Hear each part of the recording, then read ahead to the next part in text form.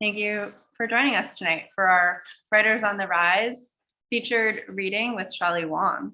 This reading series is sponsored by the Rana Jaffe Foundation, and it's designed to help uplift rising, sometimes referred to as emerging, but we're calling it rising writers. And it's designed to showcase diverse writers across many different genres. Shelley Wong is the author of As She Appears, forthcoming from Yes Yes Books next year in 2022, winner of the 2019 Pumet River Prize, and the chapbook Rare Birds from Diode Editions in 2017. Her poems have appeared in American Poetry Review, Gulf Coast, Kenyon Review, and the New Republic.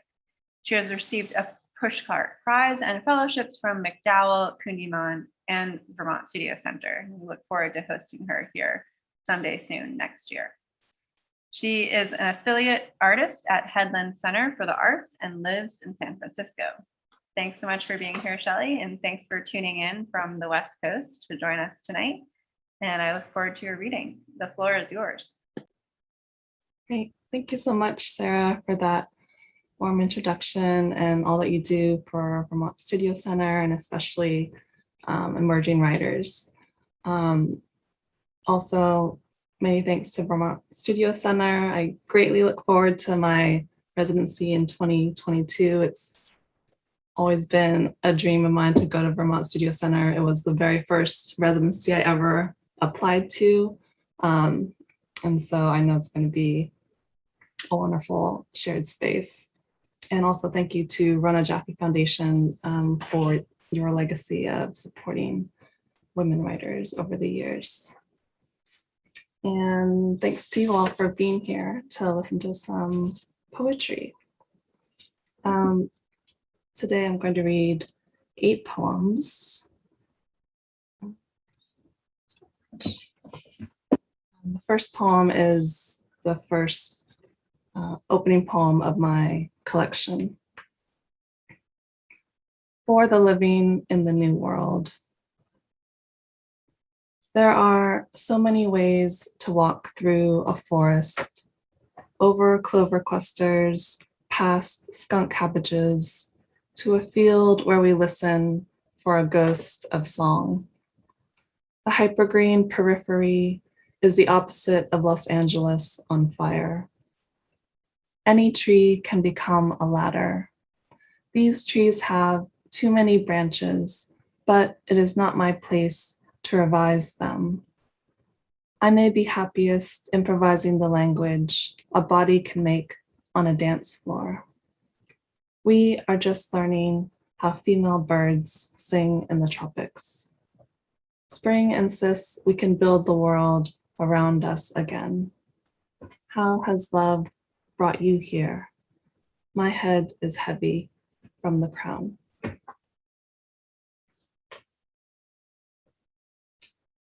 Refrain. Farewell, romantic sacrifice. I choose myself. Some can only love once. How true will it be? I love sequins, but get the sequence confused. At the end of love, I broke from her, and every face grew stranger. Stranger, speak to me like light through a veil. Like a spent match, the darlings turn to find me, and I fade into the glitter. A sequoia has every vow like a closed hand. When I've worn my body down from dancing, I still point to the sky.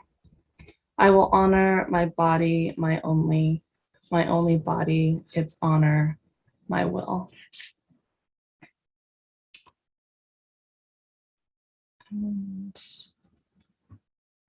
the next 2 poems were written while I was doing a solo residency on Fire Island National Seashore, which is part of the National Park Service.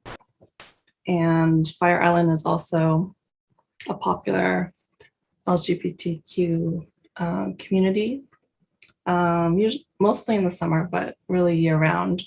And Fire Island is a barrier island offshore of Long Island, New York.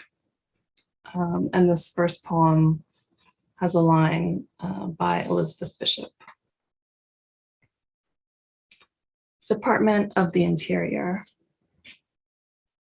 The tide calls the water of the body. Fire Island spans 32 miles and is drifting west. A maze cuts through the salt marsh, bridging bay to ocean. Where I wander is federal land, not a branched interlude of neon pool parties. I'm part of the sky, paparazzi, dazed by its flaring, rainbow, rainbow, rainbow. Stumbling in the sand, I find only the crash of return. I have come to this barrier island again, in the silence that follows a separation. Tomorrow, there will be 3 boats at various distances, 1 jet ski. Lightning like a rumor of another realm. I try to divide 11 years, but cannot be held to exactness. My mind floats out to water, and I am living through this world once.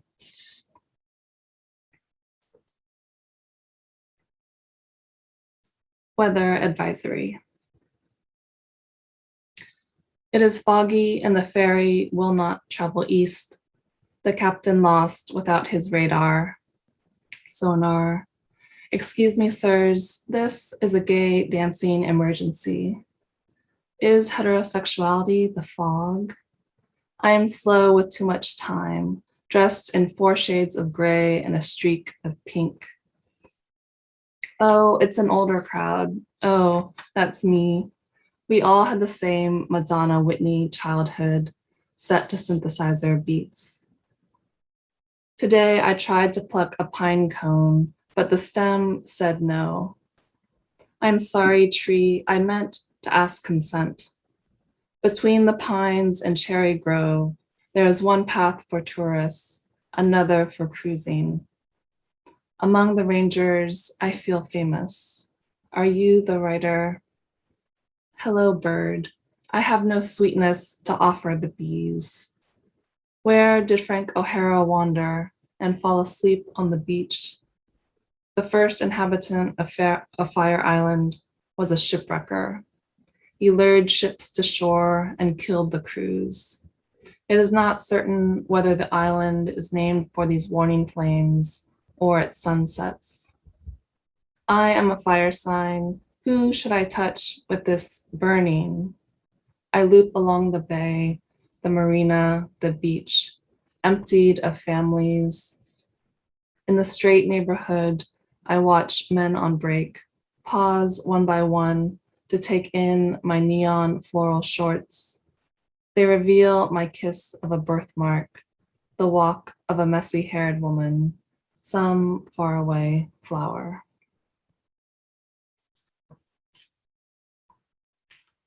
And that poem refers to the poet Frank O'Hara, who tragically died on Fire Island. He fell asleep on the beach and was run over by a dune buggy of some sort. So that's also what Fire Island is known for. So right now we're in May, which is Asian Pacific American Heritage Month. We're about to go into June, which is Pride Month, but Pride is really year round, and there are like year round Pride festivities. My former partner used to work for Pride, and so we would go to different Pride events, and it was always a lot of fun. So this poem was sort of an honor to that time. And it has a line by the poet Jacques Rancourt. And the poem itself is inspired by the Anne Sexton line, "It is June, I am tired of being brave." It is June, and I read about having grace to forgive those who would condemn us. It is June and a man reads a poem where the father becomes a dying stag and the son says, "There is something I need to tell you." It was June when I was awake past midnight, gathering news about the Pulse nightclub shooting. I fell asleep knowing I would wake to walk against grief in waves. It is June and I'm happy that Tegan and Sarah will appear in San Francisco or Oakland. It is June and I have never prayed to any god. It was New York in the 2000s when my ex ran the chaos backstage at the Pride Pier Dance. In strobing summer heat, we slid through a sea of men with shaved chests. The songs hardly had words, and the bass shuddered into our bodies. Fireworks climaxed over the Hudson, and the crowd rocked and roared back. I stood in a tropical sundress in the VIP section, surrounded by so many barely dressed people, double kissing my face, saying, "Happy Pride, and where is your wife?"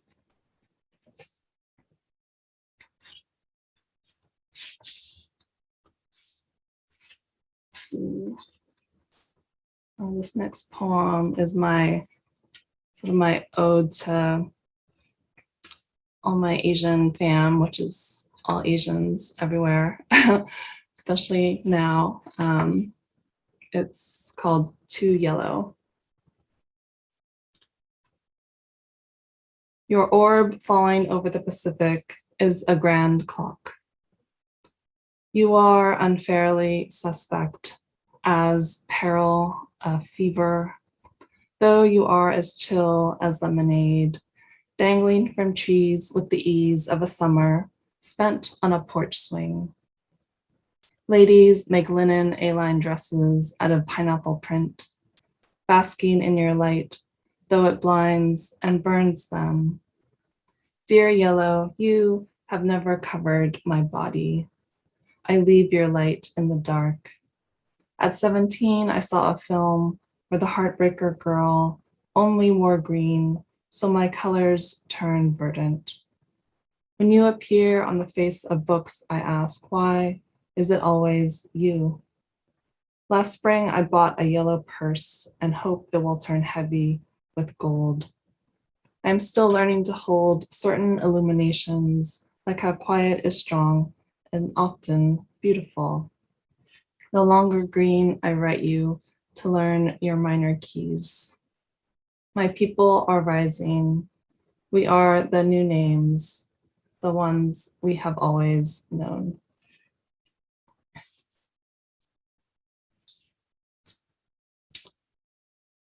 And this next poem is called Monolids, which is my ode to fellow Asians with single eyelids like mine, to promote monolid pride.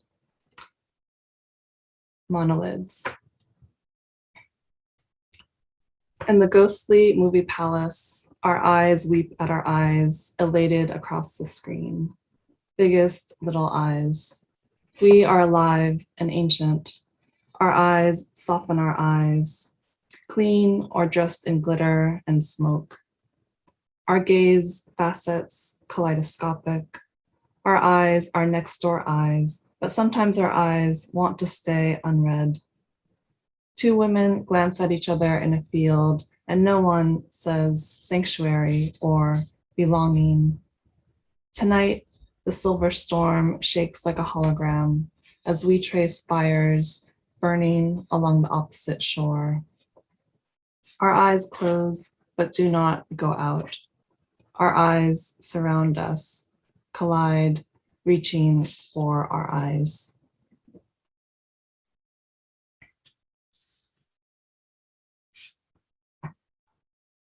So those are